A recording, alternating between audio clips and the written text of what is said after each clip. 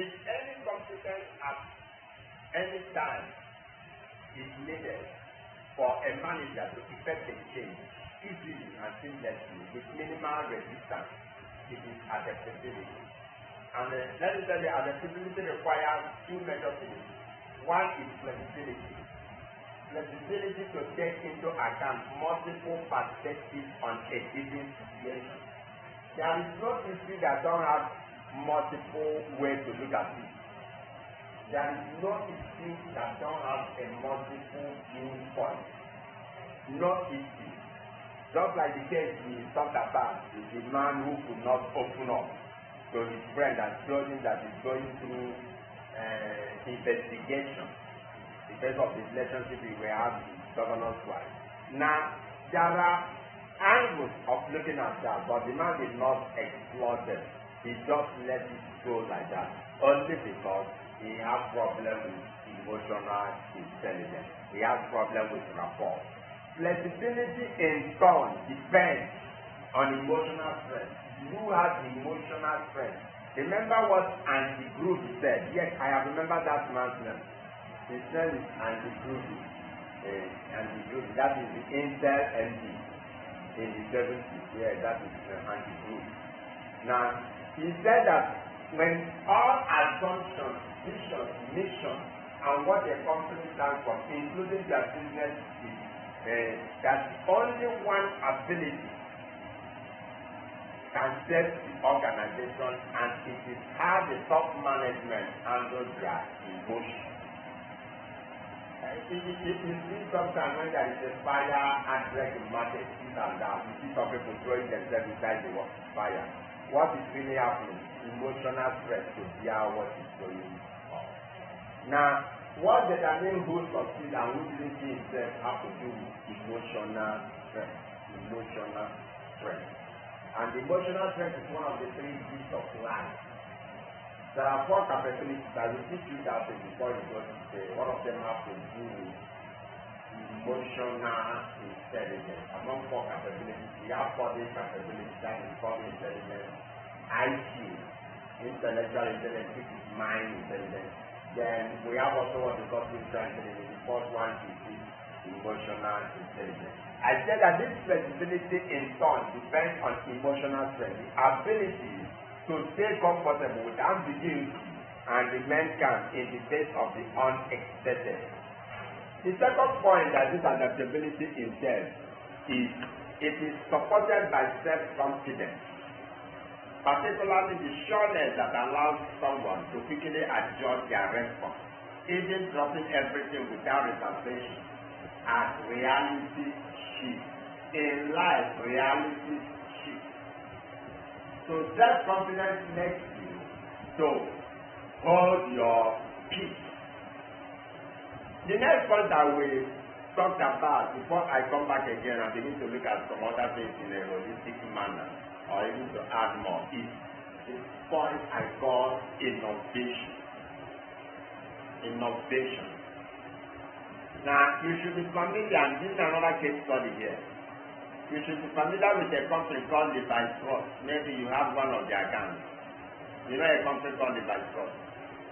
It's a garment company, one of the biggest garment companies in the world. You know Zara? Yes. You have Zara dress? Yes. Okay. But you don't have Levi Strauss. They are fashion company. Oh. The way Zara is a fashion company. Yes. Levi Strauss is a fashion company. I've not heard of Levi Strauss. I've heard of But you know Yes. GT, you know Dodge and Cotton. You know them. Why didn't you know Levi Strauss? I've not heard of Levi Strauss, but I've seen Levi. I just Levi. I don't know if it's The Strauss, Okay. Levi Strauss is one of the biggest garment companies in the Yes, world. they make nice things. Yes, I think they are also in every kind of fashion. Any fashion company that is not in gin, what are they? It's like gin is just the answer roll call. Now, this company faced a dilemma, a predicament, a very serious one, regarding two of their sewing subcontractors who were using child laborers in Bangladesh.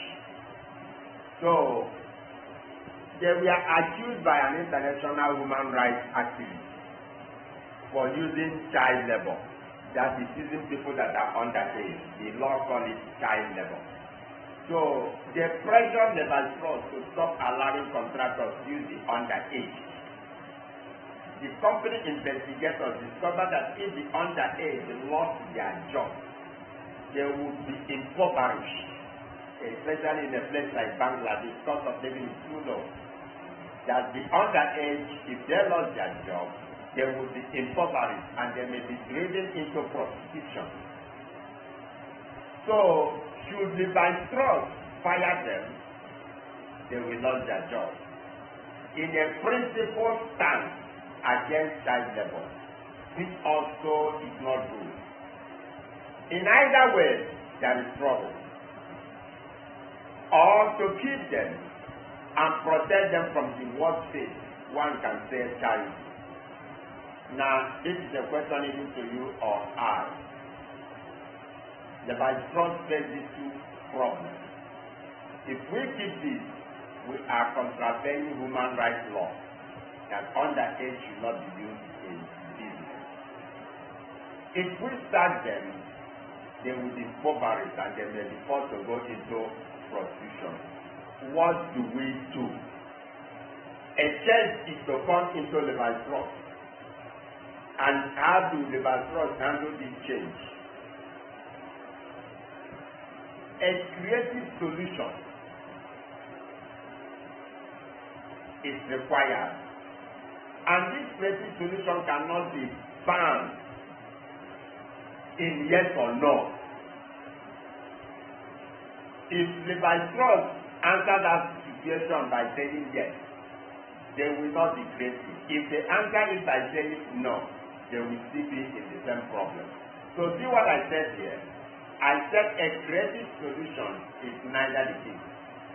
Not to fire and not to hire. So what did Levi-Strauss have to do? Levi-Strauss did something very spectacular that the world applauded them for. They decided to keep the children on payroll while they went to school full time, not even part time. And when they reached 14th year, which is the local age of maturity in Bangladesh, Levi-Strauss hired them back, what is called rehire.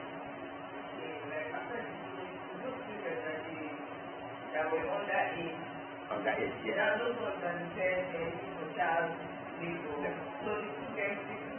In school, full time. So when they now finish, not when they finish, when they attain the age of 14. Because in Bangladesh, you can't work when you are less than 14. So what Levi-Strauss put, keep them on payroll and ask them to go to school. Levi-Strauss didn't send them to school, but ask them to go to school. So as they are schooling, they are receiving salary as if they are working. And once they attain 14th year birthday, Levi-Strauss rehire them through those their companies, constructors. In this case, you cannot accuse Levi-Strauss of using child labor because they are no longer working for them. And you cannot say that they sacked them. They didn't sack them because they are paying them. Now, I say that this is creative thinking. Innovative response offers creativity. The emotional foundation of the innovator at work is originality. The emotional foundation of innovator at work is originality. And some of these are some of the things we expect from Nigerian managers. It is not every time fuel increase at 10 naira, you change the price of your product. It shows lack of originality. Should that not be a way you can think creative to absorb that cost without shifting price of your product? If Levi-Strauss is a Nigerian company now, they would have done one of those things, either to sack those people or to continue using them and ask you to go to court. And when you go to court, they buy judges. Are you getting the problem? Okay. or they try to influence legal system. Now, I said again, emotional foundation of the innovator at work is to be original, is originality. They realize it, that what works in the past is not always the answer to the future. What works in the past is not always the answer to the future. Now, it is important to know the place of creativity or innovativity. And the lack of it, the deficit of creativity or innovativity, go far beyond lack of imagination. When people are deficit in risk-taking,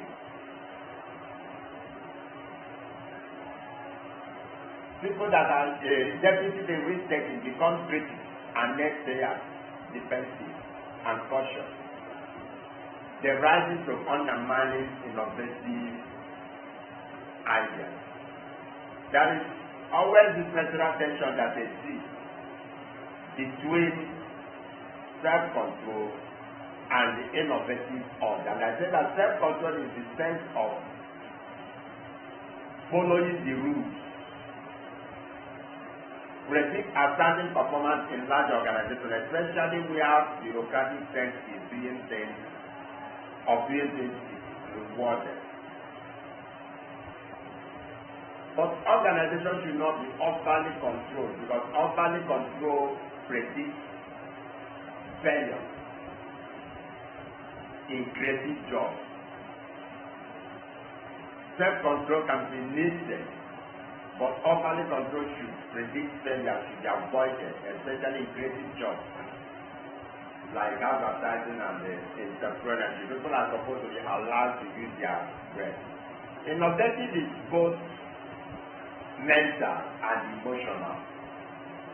So innovative means finding new use for something old.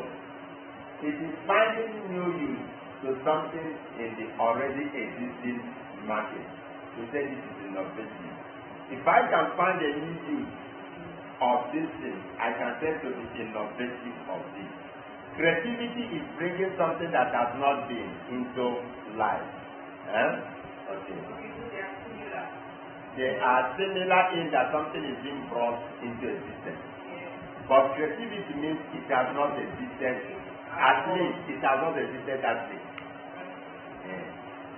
At least it has not existed that way. Even if it has existed somewhere, it has not existed that way. That is creativity. But innovative means trying to find a new use for that thing that is already existing there. When you started, you mentioned that some people they resist change. So I'm just understand why somebody or why a group of people want to resist change when that change will possibly bring a positive impact on you or on the organization. Is it that they are scared of the risk or what? Yes. Every person, including you and I, resist learning new things. Every person. Nobody wants to be learning new things. Somehow, you will like to be master in what you have, not to be learning new things.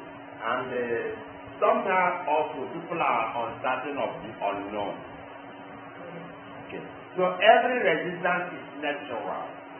It is trying to fight the unknown. It's trying to make sure the unknown don't take you unaware. Many years ago, I worked in a company that was one of the leading oil service firms. One day, our union, Benghazi is petroleum senior staff association, something like that. So one day, emergency meeting was called during break time by our Benghazi chairman. all of us compared in the meeting hall where we meet. And he read a letter to us written by management and circulated after reading. The letter keeps going around for every person to read us. Now in that letter, the management was asking us that they are giving us an offer. And what is the offer? Offer to build a canteen for us inside the company premises and to offer us a meal ticket instead of us sponsoring our bread from our pulse. Offer us maybe 40% meal ticket. So if you give 1,000 naira food, it means the company has paid 400 naira. So now that looks like a very good offer.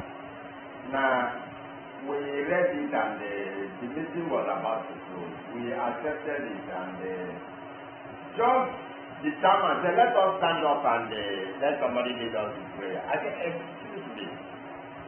Because in that meeting, I didn't think so much what could be wrong. But immediately he said that I have something to say. I said, okay, hold your prayer, you starting to pray. What do you want to say? I said, I'm trying to think. I'm still thinking. I haven't come up with what to think. I'm just buying time. I said, but I'm trying to think. Just let us be slow. I'm trying to think. And he said, okay, think now. I said, what I'm trying to think is, what brought this kind of offer in this time? I'm trying to think that something must be under that we have not understood. Why will management want to all of a sudden start giving us? And they didn't add it in our payroll. All of a sudden they will now put it on the mail ticket and give to us. What makes the management to stop us walking across the gate? And now they want us to be having a campaign. I'm thinking something should be wrong. The chairman said everybody should sit down again, sit down, let's hear what everybody has to say. We stop to pray. Because once you pray, everybody will now go. Everybody has started also thinking the way I'm thinking. So the chairman said everybody should sit down, let's hear Mr. Man. I said, I'm thinking that you remember that this company, by 7 o'clock, any person who comes late is marked absent. And everybody will go by 5. By 5, the gate doesn't open. It is only this 1 o'clock, 12 to 1, that we meet our girlfriend outside. It is only this time we meet our boyfriend for the one of you that are women. It is only this time we meet our uncles and our who come to visit us for help. This company doesn't permit us receiving visitors inside the premises. We only meet them at the security point. And our security point looks like a hall any afternoon because too many people come to see people. Remember, it is at this break time that we even go to bank. Oceanic Bank is the next bank. That time it is called Oceanic Bank. Is it Oceanic Bank? Yes. It's not Ecobank. Yes, it's Oceanic. That was it is this time we go to Africa. For some of us who go to Africa, if we don't go to this bank, there is no way we can send money to our relations. If these people do this thing, they will lock this gate from 7 to 5. No person will pass it. Every person carry his head like this. What were we thinking before? And if we have accepted and wrote this letter, we are in prison forever. I said this offer is not good. Let's write the management that let's continue the status quo the way it is. We are comfortable with eating rubbish anywhere it is fine. That's our 1 hour. We use it to accomplish so many things. This company is so dictatorial and so mean on employees. It's only that 1 hour we have as our free time. Everybody say, wow, why are we not thinking like this? Now, the organization is bringing a change. And we need to look at it, accept it or resist it. In this case, he resisted it. Why did we resist it? We discover it will not go down well. So some resistances are good. It needs to be. Why some resistances are not good? Now, if management could have communicated to us by saying, let's sit down with you people to know if you people will have any objection so that we can try the objection, they would have considered. Are you getting it? But because they refuse, they find it too big to come and sit with us, we reject it outrightly and ask the Bengali chairman, rise them, tell them thank you, sir, for the goodness, for the offer, but tell them we rejected the offer. And that was the end of the matter. Up to today, that company don't have a result. They are now at Adaptability, the other part of Adaptability, the ordinance up to now. And the new staff will not know the man called Michael 20 years ago who stopped it. Yes. Are you getting it? Yes. So that is resisting change. Most times, some resistances to changes are good. Yes, because sometimes it is good. And it is born out of people who were there. And how many of the cases I can give you as we continue. Now, innovative is both cognitive and emotional.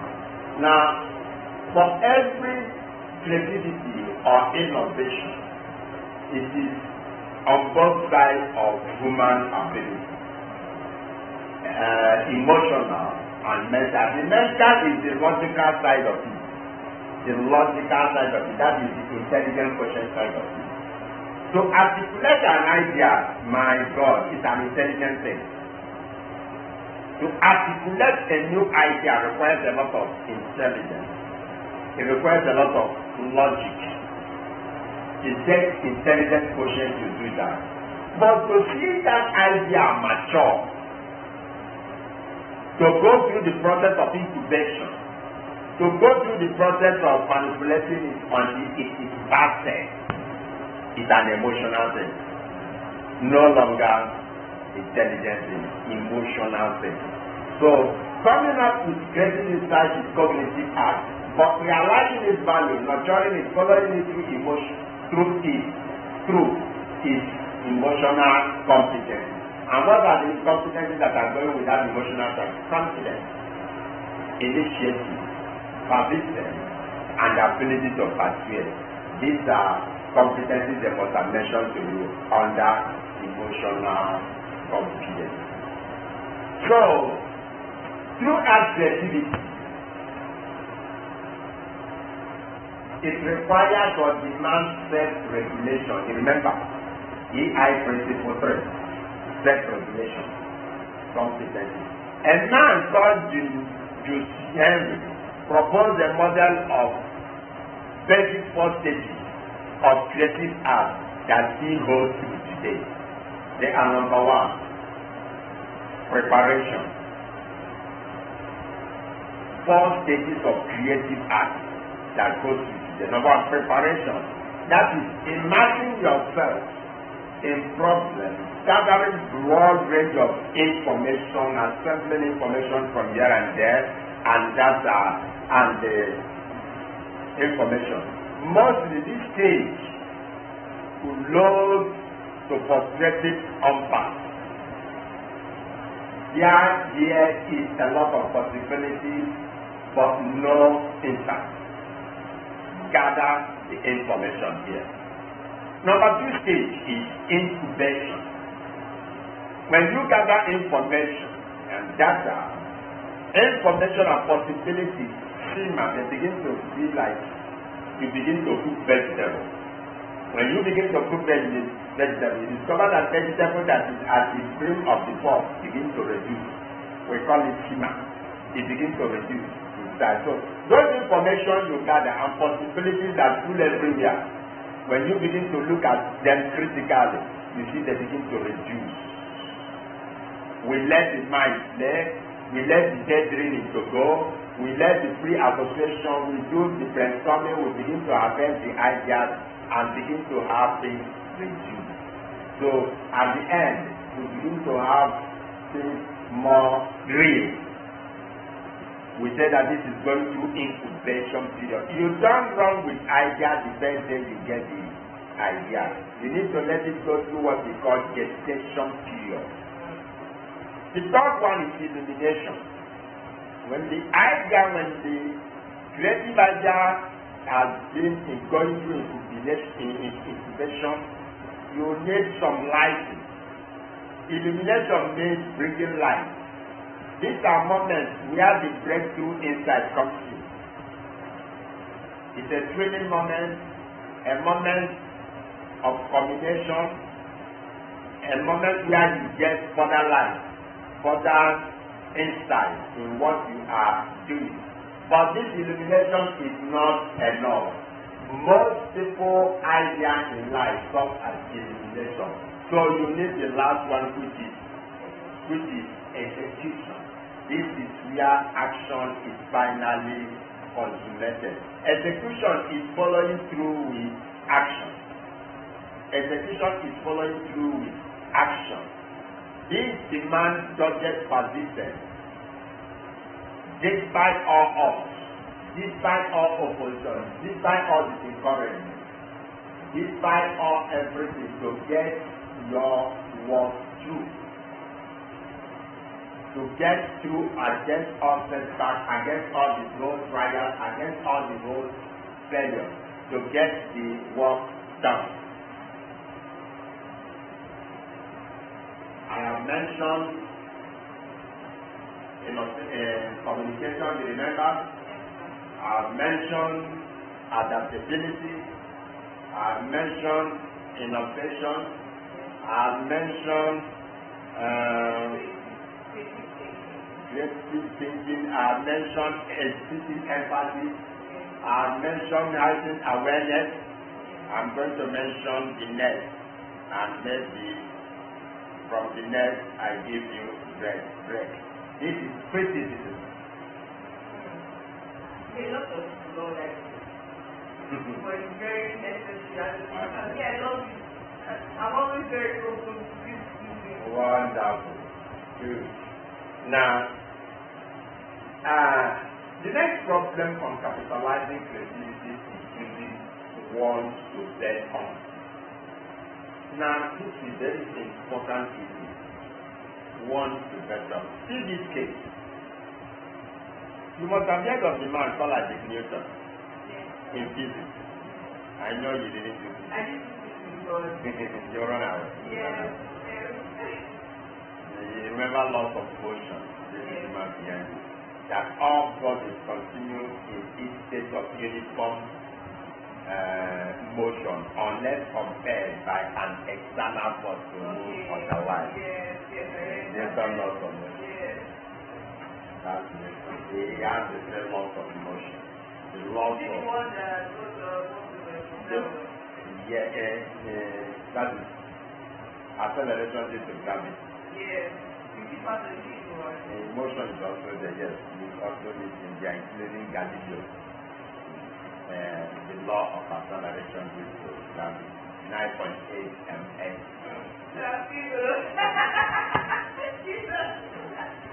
Now, one area many people didn't know as the Newton is that he played a lot of role in optics. They know him more in motion. That is motional physics. That is physics. Motion is an aspect of physics that do with the movement, dynamics. But also Newton played a very lot of role in published powerful works on optics. Optics is aspect of physics that do with light. Now, Newton is said to have been so sensitive to criticism that he withheld his publication of a paper on optics for 15 years until his major critic died. Can you imagine?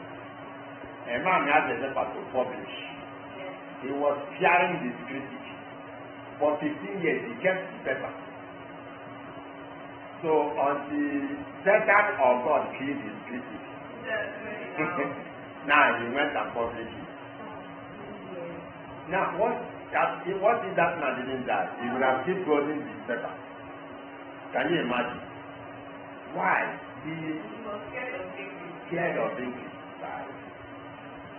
Yes, he was a journalist. Can you imagine that being a journalist was not even immune you from starting stupidity? So for 15 years, what if that kid didn't die? He would have still been taking the paper. What? I don't want this man to start criticizing me again. This man criticized my work of motion, criticized many of my work. But even as that man criticized his work, was his work not still published? His motion was what we know today is physics. That's with Isaac Newton. Acceleration, velocity, speed. Formula for acceleration. These are things that developed this formula. Now, we want to talk about criticism. So, Isaac Newton was one man who feared criticism. Now, managers who work with creative people or groups can help those groups by nurturing the tendency of new possibilities, by protecting them from too withering criticism that comes too early. You know the meaning of English word tendency? Tendency. You know, you see a yam when a yam is growing. That soft part that is growing on. It's definitely green. That tender thing that if you touch it can come. We call it tendency. The tendency of new possibilities, the fragility of the opinion. So the strength of the new possibility by protecting them. Good managers will be able to protect them from withering criticism. Because if the critic, first of all, steps in first, they can destroy the possibility. When creative ideas are offered, I normally suggest and I normally allow in my organization to allow those who have positive things to say them before people who have the negative side to say. We will collect the information of the good and bad, but let those who have positive things talk first. Did you get the point? If you allow those that have the negative things to talk first, they may destroy those who have the positive things to say first. Now let me give you an example. So I said be careful of creativity killers. Now let me give you a case. In the late 1970s, that is about 40 years ago, or 50 years ago, there was a company called Ranceros. You know Ranceros? You don't know a photocopy called Ranceros. They are one of the foremost photocopy companies in the world. Currently, they may not be the best, but they started photocopy. In fact, their advert is Xerox taught the world to photocopy. Their advert is Xerox taught the world to photocopy, and it is true.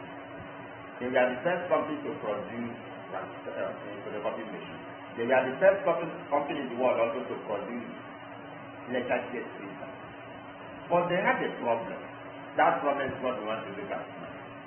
In the late 70s, Xerox created 6 prototypes of letter printers. The best of its kind in the world. No company has created it before. And they loaned one of the 6 to an organization called MIT, Massachusetts Institute of Technology, to try out. That is experimental and to know how wrong it is. That, as the MIT said, this is fabulous. That means this is great. And some vice presidents at Xerox ignored the opinion and decided not to pursue the dream. Did you get it? Vice president is what Americans call executive director. That is the director. Why they call MD president. So when you see the word vice president in American companies, they refer to executive director. And when you hear the word president, they refer to MD or CEO. So the staff said this is fabulous. And some executive directors at the Ceros ignored the opinion and decided not to pursue the dream. Canon was the first to bring letter jet printer to market in those eight times, and Ceros lost a crucial head start on $1 billion market.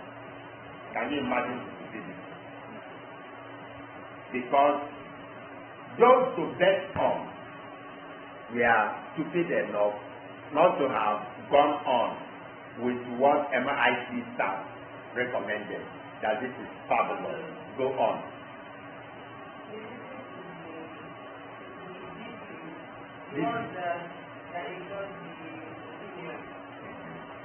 The VP ignored the opinion of not pursuing this because maybe they had dream killers in their organization. But an external organization, they gave that thing to look into, say this is wonderful. Go on. And internally, they have dream killers. And their dream killers made them to kill their dreams. Look at this statement I made here. Voice of Doubt has a younger brother called Voice of Indifference. Voice of Doubt. So Rancheros had Voice of Doubt. They had inside their company Voice of Doubt. And that Voice of Doubt has younger brother called Voice of Indifference. What makes organizations to keep their dreams? Four things. Number one, surveillance. Number two, evaluation. Number three, over control. Number three, relentless deadline. And I define each of them. Number one, surveillance. This means covariance and constant scrutiny. Covariance and constant scrutiny. Humanity is not always comfortable with constant scrutiny. Scrutiny means examination. Scrutiny means close examination. Humanity is not always comfortable with covariance and constant close examination. This equals the essential sense of freedom. It equals the freedom needed for effective thinking. Any person you observe constantly close his mind ended up not being a good thinker. Are you getting it?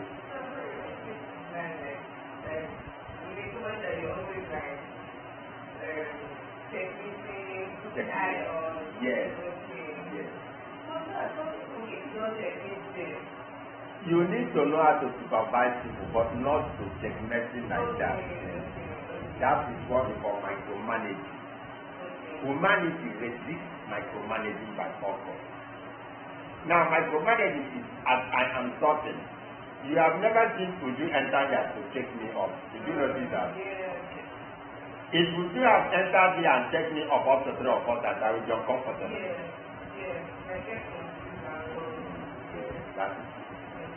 Now, you give people liberty, you give people freedom to make mistakes or to do things. Now, surveillance destroys creativity. And surveillance means hovering. You know what the English word hovering means? Hovering. Every now and then you hover. Hovering. And it's not enough. You add it again. Constant. Scrutiny. Scrutiny itself means close examination. So it kills skill. And it's simple. It suffocates. It chokes essential freedom that are needed in being creative. Every creative thinker is a freedom man. Is a person who enjoys latitude of freedom. When you remove freedom from creative people, they die. You choke them off. Number two is evaluation. Evaluation means critical view that comes too soon or too intense. Now, when people are working, definitely they will come with a result or output. They will come with a product. But they don't need it, you don't need them to bring it too sudden or too soon or too intense. Give them time. Give them time. Anytime you don't give people time, you are making them to work under evaluation. Evaluation means a critical view that comes too soon. The view is not too bad, but a critical view that comes too soon, and it is also too intense. Creative ideas should be critiqued, good, and fine-tuned. You know the difference between critique and critique? Criticizing and critiquing. Criticizing and critiquing. You know there are different critiquing and criticizing. You know they are spelling. If you know they are spelling, you are not something like that. Critiquing and criticizing. One is destructive, one is constructive. A particular thing can be criticized, it can also be critiqued. I can say, oh, black dress is fine. But you know, black dress normally cannot help me to see in the night. What am I doing? Okay, look at that sentence. Now let me give you another statement. Black dress is so black and it's like a color of a star, a bitumen on the road. In fact, people who wear black dress, you may not distinguish them from darkness or from no. I'm not giving a good example. Take it again. Let me give you an example again. Your black dress, I like it, and in the night I may not pick your dressing because it is black. Okay. Then another one is black dress. This black dress is like the color of a dark road. In the night, I may not see it. Now tell me the two sentences, which one? How do you see the two sentences? Okay. If you said one part of it is appreciating the black dress, while the other part of it is like saying something bad or talking down on the black dress. So it's like the critique is the good part that they're telling me, oh, this dress is nice. Then you're not telling me that, oh, I cannot differentiate between you and the star road. That is the criticism, that is bad word. Two of them have something in common. What they have in common is that I'm having a deep analysis. Okay. A deep look at black dress. Yeah. Now, but then they have differences. In one, I am critiquing that black dress is dark in the night, but I'm putting it in a very good light. Yeah. That is that I cannot separate you and that where there is no light. Yeah. In that case, you can understand what I mean. Yeah. That what I mean is that in the dark I should wear something like that color. Now, you won't get offended on that first one, though I am still looking at it deeply. Now, but the second one, I said that black dress is like the color of a star. That person wearing it and star road can be so. That one can make you get angry. In that way, it is not constructive. You will even get angry while I'm insulting you. But the first one, you didn't get angry because I put it in a light mode.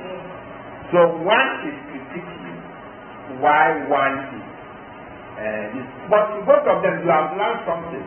Don't wear black in the night. Yes. Are you getting it? In both of them, I passed a message that in the night it will be better to wear something brighter that is not easy. So, criticism is disruptive. It makes the person to lose self-confidence. Makes the person not to be confident of himself. So I said creative ideas should be looked from the angle of critiquing and fine-tune. You know, when you are tuning a radio station in those days of analog, you keep tuning until it enters the frequency. And when it enters the frequency, you see that the sound comes out better. Now fine-tune. Not all creative ideas are good. And not all are promises or can be refined or honed by FTG. But evaluation is counterproductive when it leads to preoccupation with being judged. Why will evaluation be bad when the essence, when the goal is to be preoccupied by judging somebody? Let the essence of it not be to judge somebody. The other creativity killer is over control. I said that self-control is good, but over control is not good. Micromanaging every step of the way is what they call over control. You are checking whether the person is doing that, whether he's doing that or not. It's like surveillance. Over control fosters an oppressive sense of conviction, which discourages originality. Relentless then life. This is again another intense thing. This is an intensive schedule that can create panic. While some pressure can be motivating, you know, pressure can create a form of motivating people. Sometimes. Yes. But sometimes it can just bring unnecessary stress. Yes. And if people don't have this percentage that we're living now, you will not be able to do anything. You just organize. Because when your boss comes to tell you, I need to people to secure it now, then right now, and maybe you have other things piled up. And you know that if you don't do those things, your boss will come back and still yell at you. So if you don't apply emotional intelligence, you may just... Good, that is it. So while pressure can be motivating, deadlines and goals can focus attention. They can keep in better ideas. Sometimes when I give people something to do, I don't put pressure on time. Especially services. Especially services. When I ask people to do some services for me, either in the building or in the office or wherever, I may ask the person, when do you think you can finish? The person tells me 2 or 3 days, I say, take 5. Are you getting it? Why am I doing that? Let me not do that I put you under pressure. And they don't become my work. Even sometimes when I ask them, okay, go and do it. When that time is, I ask them to take more time. Make sure you don't rush. So, it makes me to make sure that you have no reason to mess up my day. Because when people mess up your work, they will tell you, you are putting pressure on me, you are asking me to do this and that. In that case, it makes the person not to have reason. So, what time is it now? Let's try to do some breakout on this. I think to do more workout. Where I will put it is this way. Where I will put it is this way.